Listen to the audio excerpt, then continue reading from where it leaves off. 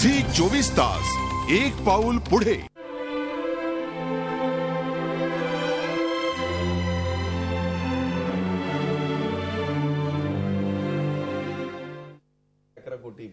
दुष्काळ संवेदनाच्या चौथ्या आणि शेवटच्या भागामध्ये सुरुवात करताना मी जातोय नवाब मलिक यांच्याकडे. नवाब मलिक, तुमच्या पक्षावर काही आक्षेप घेण्यात आले होते, त्याहीपेक्षा सर्वात महत्त्वाचा मुद्दा आहे राजीनाम्याची मागणी होते. अजितदादा पवार यांच्या माफीनाम्यावर समाधान नाहीये. एक प्रकारे त्यांचीच विश्वासार्हता पणाला लागली आणि त्यातूनच एकूणच राजकारण्यांची विश्वासार्हता या प्रकरणात पणाला लागल्या, कारण संवेदनेचाच दुष्काळ पसरलाय. काय सांगाल? नाही, असं आहे की माधव भंडारी साहेबांनी 2 विषय पहिले उपस्थित केले होते, त्याचं उत्तर द्यायचं होतं. त्यांनी सांगितलं की मावळ गोळीबाराच्या बाबतीत कमिशन ऑफ इन्क्वायरी ॲक्ट खाली न्यायाधीन चौकशी नेमण्यात आली होती. ज्या कायद्याअंतर्गत ही चौकशी नेमण्यात आली त्याच्यातच तरतूद आहे की ह्या रिपोर्ट आल्यानंतर ATR सोबत तो रिपोर्ट विधानसभेच्या पट्ट्यावर ठेवलं पाहिजे. कायद्याअंतर्गत बंधनकारक आहे आणि मला वाटते ते रिपोर्ट विधिमंडळामध्ये सादर होणार आहे. मोरारजीभाईबाबत त्यांनी सांगितलं की त्यांनी महाराष्ट्रावर अन्याय केला. ते आज मोरारजीभाई भारतीय जनता पक्ष जे आता निर्माण झालेलं आहे, जनता पक्षामध्ये विलीन झाल्यानंतर या सर्वांचे नेते तेच होते. तुम्ही आणीबाणीचा अन्याय केला म्हणून ते पंतप्रधान. ऐका तरी तुमचेच नेते होते ना. आता तुम्ही सांगता अन्याय केलेला. आपण नवाबाई 1977च्या गोष्टी जाऊ दे, आपण आजच्या घटनेवर बोलूया. या सगळ्या घटनेत संवेदनेचा दुष्काळ दिसतोय का? नाही, आजच्या बोलतो कुठेतरी संवेदनेचा दुष्काळ आहे हे म्हणजे बरेच नेते लोक बोलत असताय, पण ही चूक झाली हा स्वीकारल्यानंतर म्हणजे संवेदनशीलता आहे असं सिद्ध होते. भारतीय जनता पक्ष विरोधक हे राजीनामा मागताय, त्यांचे काम आहे ते मागत राहतील, पण माझी चूक झाली, मी जनतेची क्षमा मागतो हे करण्यासाठी पण मोठं मन लागते आणि ते दादांनी करून दाखवलं.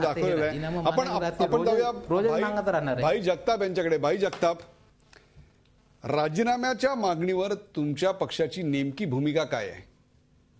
असं आहे की राजीनामा विरोधकांनी अनेक गोष्टींवरनं राजीनामे मागितलेले आहेत आणि अशा प्रकारे विरोधी पक्ष म्हणून त्यांचा तो अधिकार आहे.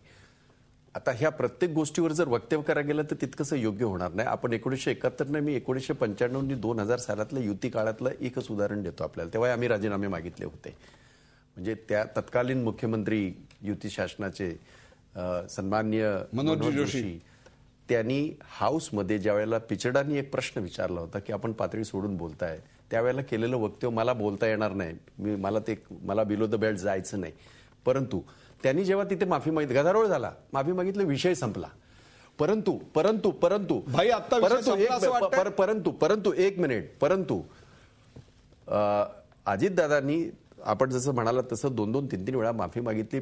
ज्या पद्धतीने हाऊसमध्ये किंवा हाऊसच्या बाहेर ज्या पद्धतीने वक्तव्य होत आहेत अजूनही ज्या पद्धतीने, ही मी भावना समजू शकतो आणि त्या भावना यांच्या मी सर्वसामान्याच्या किंवा याच्या आणि त्या वेदना आणि त्या संवेदना ह्या प्रत्येकाला असायला पाहिजे. जेव्हा स्वतः त्यांच्या लक्षात आलं की आपल्याकडनं काहीतरी चुकलं त्यांनी ते हे माफी मागितलं, लक्षात घ्या. आणि म्हणून हे सगळ्यांना लागू पडतं हे मला मुद्दाम सांगायचं आहे.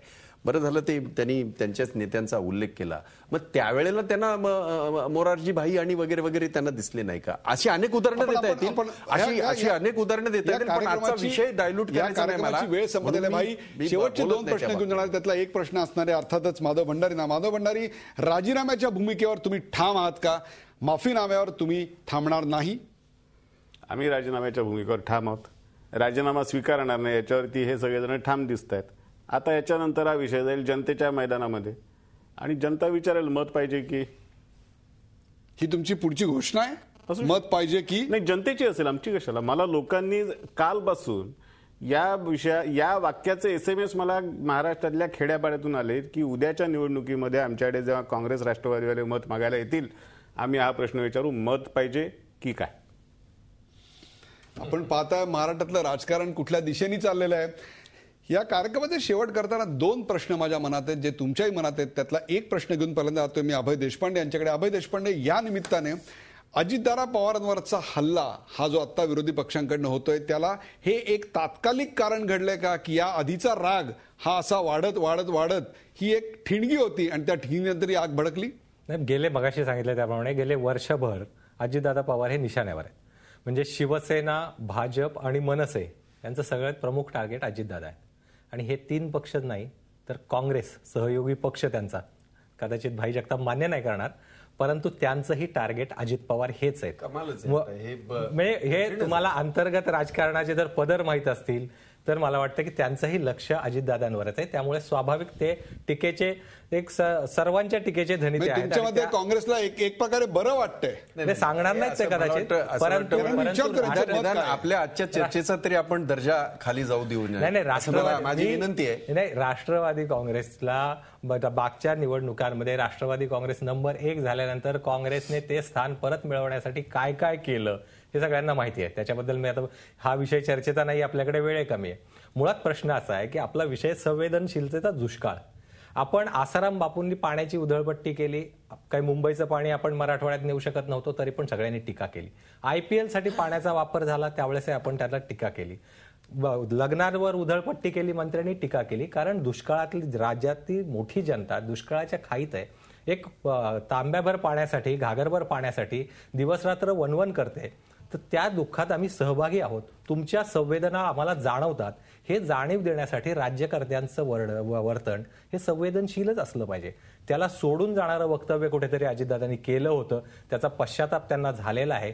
आता शनिवारचे अजितदादा खरे की सोमवारचे खरे असा प्रश्न तुम्ही विचाराल की मला वाटतं त्यांच्या सध्याच्या स्वभावानुसार ते शनिवारचे अजितदादा खरे होते, परंतु पुढच्या काळात त्यांच्यात बदल दिसतील अशी मला अपेक्षा आहे. अतिशय चतुराईनं आता उत्तर दिलेलं आहे अभय देशपांडे यांनी की आतापर्यंतचे अजितदादा हे शनिवारचे अजितदादा होते, परंतु यानंतर ते सोमवारचे असतील अशी अपेक्षा करूया. या कार्यक्रमाचा शेवट करताना मला जायचं आहे, आजचा जो जनमताचा कौल होता तो जनमताचा कौल नेमका काय हे तुम्हाला सांगायचं आहे. आजचा प्रश्न होता, अजित पवारांच्या माफी नंतरही त्यांच्या राजीनाम्याची मागणी योग्य आहे का? जवळपास 87% लोक म्हणताय होय, त्यांच्या राजीनाम्याची मागणी योग्य आहे, तर नाही असं 13% जनतेचं मत आहे. खरं तर प्रेक्षको, आसाराम बापू, लग्नांवर झालेली उधळपट्टी आणि त्याहीपेक्षा सुद्धा IPL वरची उधळपट्टी यानंतर दुष्काळाबद्दलची संवेदनशीलता अधिक बाळगायला हवी होती.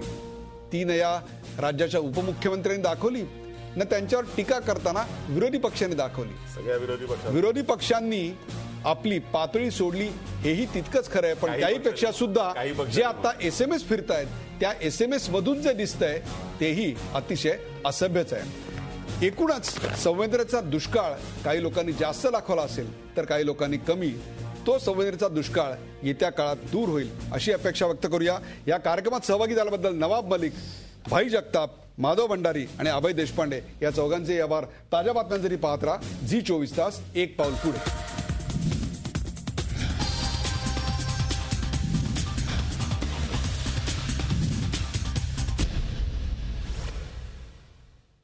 झी 24 तास, एक पाऊल पुढे.